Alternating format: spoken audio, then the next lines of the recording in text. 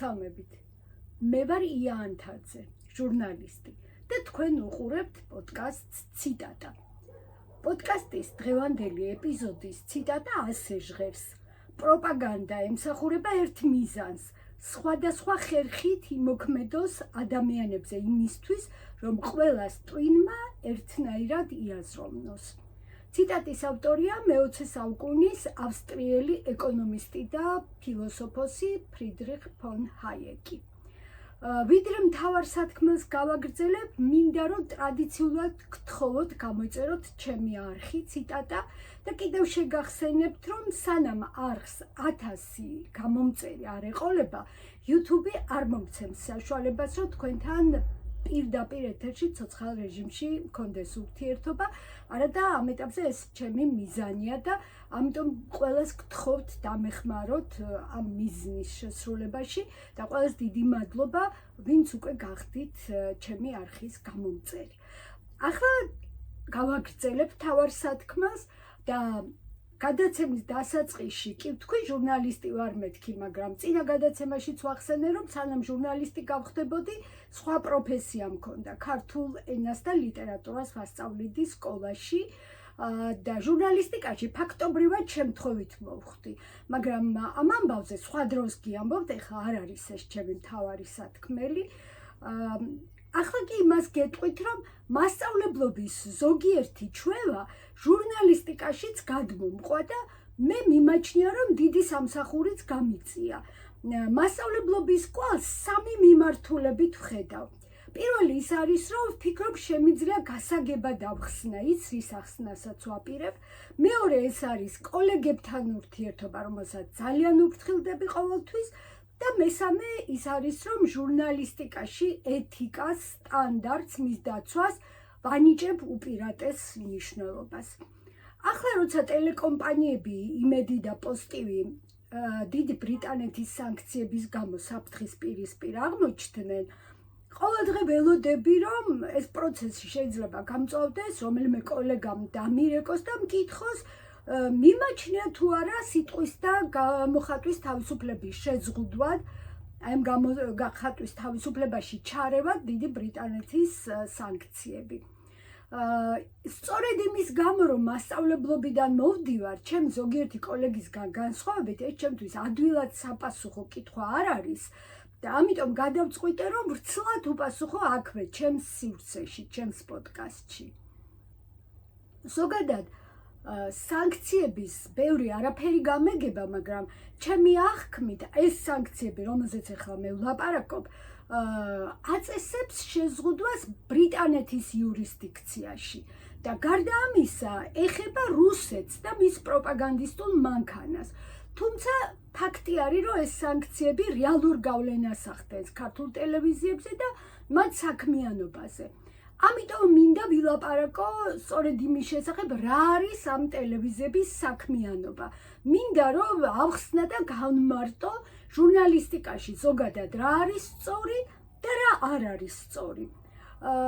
საერთაშორისო პროფესიული წესებით მინდა დავიწყო, მაგრამ ეთიკის კოდექსებით ახლა თავს რა თქმა უნდა არ შეგაწყენთ და ამიტომ მინდა რომ ერთ ფილმზე გიამბოთ, უბრალოდ ერთ სერიალზე. 2012 წელს ამერიკაში შედგა სერიალ ნიუსრუმის პრემიერა. ფილმის იდეის ავტორი არის არონ სორკინი, მთელ მსოფლიოში ცნობილი სცენარისტი და პროდიუსერი. ფილმი ეხება ერთ ამერიკულ საკაბელო არხს, რომელმაც გარკვეული მიზეზების გამო და რა თქმა უნდა სერიალში ეს მიზეზები ახსნილი არის, გადაწყვიტა, რომ თავი დაანებოს რეიტინგს გამოდევნებას და იმუშაოს ჟურნალისტიკის უმაღლესი პრინციპების შესაბამისად. ხო და აი მთელი ფილმი მაყურებელს აცნობს, რა არის სწორი და ეთიკური ჟურნალისტიკა. 3 სეზონისგან შედგება ეს ფილმი და ძირითადად იმას ეხება, თუ როგორი უნდა იყოს ახალი ამბების გაშუქება, მათ შორის ყოფით ყოველდღიურ სიტუაციაშიც და რომელიღაც განსაკუთრებულად მწვავე სიტუაციაშიც. ეს ფილმი ფაქტობრივად არის ჟურნალისტიკის სახელმძღვანელო და პირადად მე ძალიან კარგად მადგებოდა, როცა სტუდენტებთან მქონდა ურთიერთობა. ამ ფილმის პრინციპების საფუძველზე თვითონ თქვენგანს შეუძლია რომ შეადაროს მარტივად რამდენად სწორ ჟურნალისტიკას თავაზობს ის ტელევიზია, რომელსაც თვითონ უყურებს, განსაკუთრებით ახლა მინდა რომ იმედზე და პოსტ-ტივიზე გავამახვილოთ ყურადღება და შემდეგ ამასაც გეტყვით რატომ, მაგრამ რა თქმა უნდა ის რასაც ახლა მე ვიტყვი, აბსოლუტურად ყველა ტელევიზიას ეხება. ფილმის მიხედვით ასია და რა თქმა უნდა საერთაშორისო ჟურნალისტიკაშიც ასია, რომ სწორად გაშუქებული ახალი ამბავი 4 პრინციპს უნდა აკმაყოფილებდეს. პირველი პრინციპი ის არის, რომ თითოეული ახალი ამბავი, რომელიც შუქდება, უნდა ემსახურებოდეს მაყურებელს იმისთვის, რომ მას შეძლოს სწორი ინფორმირებული პოლიტიკური არჩევანის გაკეთება. ეს იგი თუ არსებობს ახალი ამბავი, რომელიც ადამიანს არ ეხება იმ მხრივ, რომ არ ეხმარება მას პოლიტიკური არჩევანის გაკეთებაში, რა თქმა უნდა იგულისხმება ინფორმირებული პოლიტიკური არჩევანი. ასეთი ახალი ამბავი არ შუქდება საერთოდ. რას ნიშნავს ინფორმირებული არჩევანი? როდესაც ამას გავმარტავთ, შეიძლება მივხვდეთ, რომ ბევრი ახალი ამბავი ამ ქუდის ქვეშ მოექცევა ნამდვილად.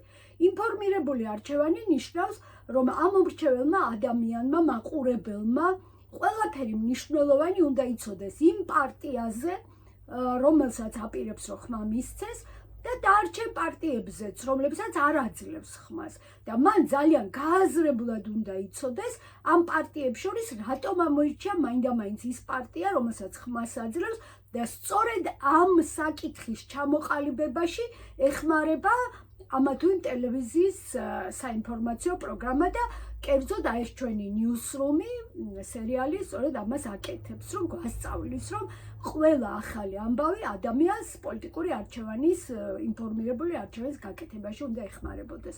მეორე პრინციპი იმას ეხება, რომ როდესაც ჟურნალისტს ან რესპონდენტს მოაქვს რაიმე არგუმენტი, ხო, რაღაცის დასადასტურებლად, ან რაღაცის უარსაყოფად, ეს არგუმენტი უნდა იყოს აუცილებლად ხარისხიანი და ახალი ამბების რედაქცია არის პასუხისმგებელი იმაზე, რომ ეთერში ის კი არ ისმოდეს ვიღაცას, რაც მოაფიქრდება, არამედ არგუმენტები იყოს ძალიან ხარისხიანი. იქნება ეს ჟურნალისტის მიერ მომზადებული არგუმენტი, თუ იქნება რესპონდენტი, რომელსაც შეუძლია რომ ხარისხიანი არგუმენტი წარმოადგინოს, აი მხოლოდ ესეთი არგუმენტები უნდა ხვდებოდეს ახალი ამბების ეთერში. მესამე პრინციპი ეხება კონტექსტს. კონტექსტი არის გადამწყვეტი და ძალიან მნიშვნელოვანი. შეიძლება ვიფიქროთ, რომ უცებ მოხდა ახალი ამბავი და გარბის ჟურნალისტი და კონტექსტს იმ წუთას ვერ შემოგთავაზებს. ხდება, რა თქმა უნდა, მაგრამ აუცილებელია მეორე დღეს ამ ამბავთან დაბრუნება და მთლიანობაში ამ ამბის განხილვა კონტექსტში. ანუ ესე იგი ამბავთა კოორდინატები სად არის კოორდინატთა ერთიან სისტემაში, აი ეს უნდა იყოს ყოველთვის გარკვეული და თუ არ არის კონტექსტი, ითვლება რომ ამბავი არის ან ზედაპირულად გაშუქებული და ან манипуляცია არის. შემდეგი მეოთხე პრინციპის მიხედვით აუცილებლად უნდა გაირკვეს რამდენი მხარე აქვს ამბავს, რომელიც შუქდება. ზოგჯერ ხდება ჩვენთანაც მომხდარა, რომ ამბავს სპეციალურად მოუგონებენ ხოლმე მეორე მხარეს და აშუქებენ, რომ აი ერთი მხარე ეს არის, მეორე ეს არა, ასე არ არის სწორი. ამბავს რამდენი მხარეც აქვს, იმდენი მხრიდან, იმდენი პოზიციიდან უნდა გაშუქდეს ეს ამბავი. და რა თქმა უნდა, არა ისე, რომ ერთი მხარეა ყოველთვის მოცემული და დანარჩენი არაფერი არ არსებობს. ჩვენ უფრო ამას ვართ მიჩვეული. სამწუხაროდ დღეს საქართველოში ვერ დაგისახელებთ ვერც ერთ ტელევიზიას, რომელიც ახალ ამბებს აი ამ 4 პრინციპის შესაბამისად აშუქებს, არადა ყველა ტელევიზიის მიმართ ნდობა წესით უნდა ყალიბდებოდეს სწორედ იმის მიხედვით, როგორ აშუქებს ეს ტელევიზია ახალ ამბებს, როგორ მუშაობს მისი ახალი ამბების რედაქცია. ეხლა მინდა რომ ქართულ წესებზეც ვილაპარაკო. საქართველოში ჩვენ გვაქვს კანონმდებლობაც გვაქვს რასაკვირველია და გვაქვს კიდევ საქართველოს ჟურნალისტური ეთიკის ქარტია, რომელიც რაღაც ჩარჩოს განსაზღვრავს, რა ჩარჩოში უნდა მოთავსდეს სწორი ჟურნალისტიკა. ქარტიის პირველი პრინციპი არის ძალიან მნიშვნელოვანი და სტატისტიკურადაც, როდესაც მაყურებელს რამე პრეტენზია აქვს გაშუქების მიმართ, აი როგორც წესი, ამ პირველ პრინციპს ასაჩივრებს ხოლმე, ამ პირველ პრინციპთან აქვს პრეტენზია და გეტყვით ახლა ეს რას ამბობს ეს პირველი პრინციპი? ამბობს, რომ ჟურნალისტმა პატივი უნდა სცეს სიმართლეს და საზოგადოების უფლებას მიიღოს ზუსტი ინფორმაცია. ჩვენი კოდექსი უფრო რბილია ვიდრე საერთაშორისო და რატომ არის რბილი? სწორედ იმიტომ, რომ ჩვენთან ქარტია ამბობს, რომ პატივი უნდა სცეს ჟურნალისტმა სიმართლეს. ეს რას ნიშნავს? ეს იმას ნიშნავს, რომ ჟურნალისტმა უნდა ცადოს, რომ მაქსიმალურად სწორად მოაწოდოს ახალი ამბავი საზოგადოებას, მაქსიმალურად დაიცვას სიზუსტე, სიმართლე, მაგრამ თუ გარკვეული მიზეზების გამო ის ამას ვერ შეძლებს, მაშინ მას ქარტიის პირველი პრინციპის დარღვევა არ დაუდგინდება. ესე იგი ჩვენთან დაფასებულია მცდელობა და თუ ეს მცდელობა წარმატებით არ დასრულდება, მაინც ითვლება, რომ ჟურნალისტი არ არის ამაში დამნაშავე და მან ყველაფერი ცადა, რაც კი შეეძლო იმისთვის, რომ სიმართლე მიეწოდებინა საზოგადოებისთვის. კარგად რომ დავფიქრდეთ, ჩვენთან ტელევიზიები სწორედ ამით განსხვავდებიან ერთმანეთისგან, ვინ ცდილობს, რომ ზუსტი და სწორი ინფორმაცია მიაწოდოს საზოგადოებას და ვინ ამას არ ცდილობს საერთოდ. და ვინც არ ცდილობს, მას შეიძლება ორი მიზეზი ქონდეს ამისთვის. პირველი არის არაპროფესიონალიზმი და მეორე არის წინასწარი განზრახვა. ეხლა ისეთ ტელევიზიას, როგორც იმედია გამოცდილი ახალი ტელევიზია არ არის, რა თქმა უნდა, ამას ვერავინ ვერ დააბრალებს, რომ პროფესიულად არ იცის რა არის სწორი. ხო და რაც შეეხება განზრახვას, ამასთან დაკავშირებით კი მინდა ჩემი ერთი მოსაზრება გაგიზიაროთ. როდესაც ტელევიზიას ბადე მთლიანად აქვს აწყობილი გასართობ გადაცემებზე. იქნება ეს სერიალები, თუ იქნება ეს გასართობი თოქ-შოუები, ხო? ამ შემთხვევაში მაყურებელი, რა თქმა უნდა, ეჯაჭვება ამ გასართობ გადაცემებს, უჩნდება რაღაც ნდობა ამ ტელევიზიის მიმართ და შემდეგ პირველი მიზეზი, რა თქმა უნდა, ეს არის, რის გამოც რესურსები, დიდი რესურსი იდება ამ გასართობ გადაცემებში, რომ მიიჯაჭვოს მაყურებელი ტელევიზიამ და მეორე და მთავარი მიზეზი არის ის, რომ აი ამ გასართობ გადაცემებს და სერიალებს შორის თავისი საინფორმაციო პროგრამაც აყურებინოს, ერთგვარად შეაპაროს, ბოდის ვიხდი ამ უხეში გამოთქმისთვის. მთლიანობაში ავტორიტარული მართვის პრინციპი რა არის? ის, რომ მოქალაქეები ჩამოაშოროს პოლიტიკას, დაავიწყოს მათ, რომ არსებობს სამოქალაქო აქტივობა და რა არის ამ სამოქალაქო აქტივობის მიზნები, მიაჯაჭვოს ადამიანი ტელევიზორს, მოადუნოს, ასე ვთქვათ, შეუქმნას მას კომფორტული განწყობა, კომფორტული გარემო და შემდეგ აი უკვე ამის მისი ნდობით ისარგებლოს და იმ ტიპის ახალი ამბები ასმენინოს და აყურებინოს, როგორც მიაჩნია მას საჭიროდ.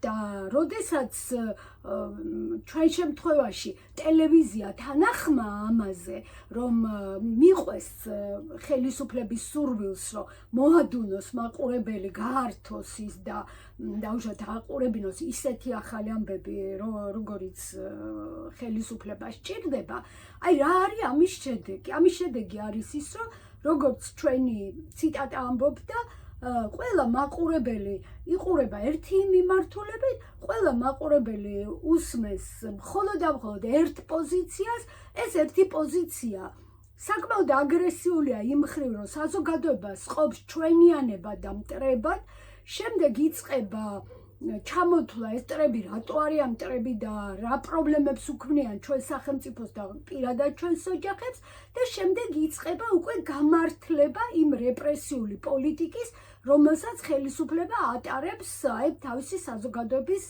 ნაწილის წინააღმდეგ. და ეხლა აქ მინდა რომ განმარტო, რომ ტელევიზია, რომელიც ეხმარება რეპრესიულ ხელისუფლებას საზოგადოების ნაწილის დაჩაგვრაში და განდევნაში საჯარო სივრციდან, საზოგადოებრივი სივრციდან, ხო? ესეთი ტელევიზია, რა თქმა უნდა, უფრო მეტად არის ხელისუფლების ნაწილი, ვიდრე მედიის ნაწილი. და აი მინდა რომ უბრალოდ იმედის მაყურებელი დააკვირდეს, როდესაც ახალ ამბავს უსმენს, რამდენი კუთხით მიეწოდება ეს ამბავი. აი დათვალოს უბრალოდ, რომ არის ახალი ამბავი და რამდენი კუთხით მიეწოდება. თუ მიეწოდება ერთი კუთხით და ყველა ახალი ამბავი მიეწოდება ერთი კუთხით, მაშინ მან უნდა იცოდეს, რომ ამითი ეს ტელევიზია როგორც მედია ინულებს თავის ფუნქციას. ეხლა მინდა რომ დაუბრუნდე ისევ სერიალ Newsroom სწორედ ამ კონტექსტში და გეტყვით რომ ამ სერიალში ნაჩვენები ეს საკაბელო ტელევიზია პოლიტიკურად მიუმხრობელი არ არის, გაგიკვირდებათ ალბათ, მაგრამ ეს ტელევიზია არის ამერიკის რესპუბლიკური პარტიის მომხრე და რას აკეთებს ამის შემდეგ ტელევიზია? ესე იგი, მისი სახე, მთავარი წამყვანი, ვინც არის ახალი ამბების, გამოდის საჯაროდ, როგორც კი ტელევიზია გადაწყვეტს, რომ ესე იგი, მან უმაღლესი სტანდარტით უნდა იმუშაოს, გამოდის საჯაროდ და უხსნის მაყურებელს, რომ ეს ტელევიზია არ არის მიუკერძოებელი, იმ მხრივ, რომ ამ ტელევიზიას აქვს პოლიტიკური სიმპათია რესპუბლიკური პარტიის სასარგებლოდ. რა ხდება ამის შემდეგ? ამის შემდეგ იწყება მთავარი.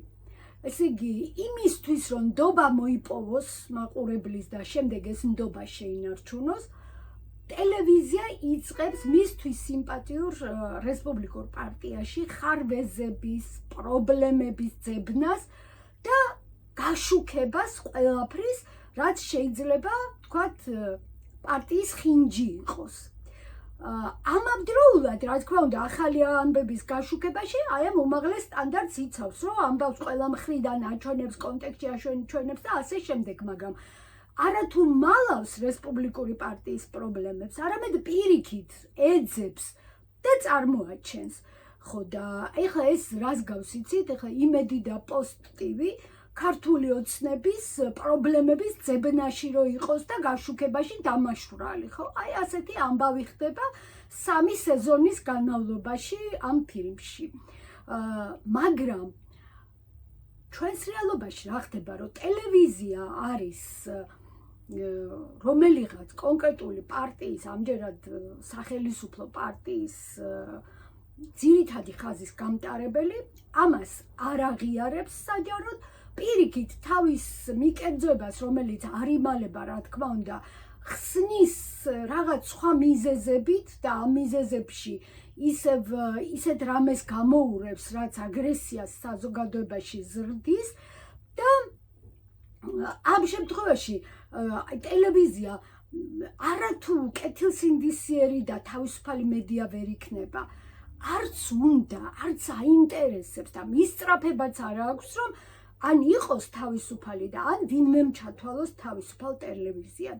აი ესე ადვილად წყდება კონფლიქტი ჩემს მასწავლებლურ და ჟურნალისტურ პრინციპებს შორის, იმიტომ რომ თუ კი მკითხავენ, მიმაჩნია თუ არა ამ ტელევიზიების დასანქცირება სიტყვის და გამოხატვის თავისუფლების შელახვად, მე რა თქმა უნდა პატიოსნად ვიტყვი, ეს ძალიან გულწრფელი პასუხი იქნება, რომ თუ თავისუფლება თავიდანვე არ გაქვს და არათუ არ გაქვს, არც გჭირდება, მაშინ ვინმე მას როგორ წაგართმევს? ალბათ იტყვით, რომ ეს ყველაფერი ხომ ისედაც ვიცოდითო. ძალიან გამიხარდება, თუ თქვენს აი ამ ინტუიციურ მიგნებებს, თუ რის მიხედვით უნდა ჩამოაყალიბოთ ნდობა ამა თუ იმ ტელევიზიის მიმართ, მე შევაშველე ჩემი არგუმენტები. აქვე გეტყვით, რომ არც ისეთი უვნებელი არ არის ის სერიალები და ток-შოუები, რომელსაც ბევრი ადამიანი იმედზე უყურებს და მე ბევრჯერ მომისმენია ასეთი ფრაზა, რომ მე იმედის საინფორმაციო პროგრამის მაყურებელი კი არ ვარ, რომ მე მაინტერესებს მაგალითად ეკვავენ ვარსკვლავები ან რომელიღაც კონკრეტული სერიალი და ტელევიზორი იმედზეა ჩართულიო და მე რა თქმა უნდა საინფორმაციოსაც ბარემ იქ ვუყურებო. აი ეს არის საშიში და კიდევ ერთხელ გთხოვთ, რომ დააკვირდით იმ ახალ ამბებს, რომლებსაც თქვენ სერიალსა და სერიალს შორის, ან სერიალსა და გასართობ ток-შოუს შორის უყურებთ. შემოგეყურებათ ხოლმე. ეხლა ტრადიციულად მინდა რომ გთხოვოთ, გამოიწეროთ ჩემი არხი ციტატა. კიდევ და კიდევ შეგახსენებთ, რომ ჩემი მიზანი არის 1000 გამომწერი და გთხოვთ, რომ რაც შეიძლება მალე მივახციოთ ამ მიზანს და მეხმაროთ ამაში და რა თქმა უნდა, როგორც ყოველთვის, დიდი მადლობა, რომ ჩემთან ერთად ხართ.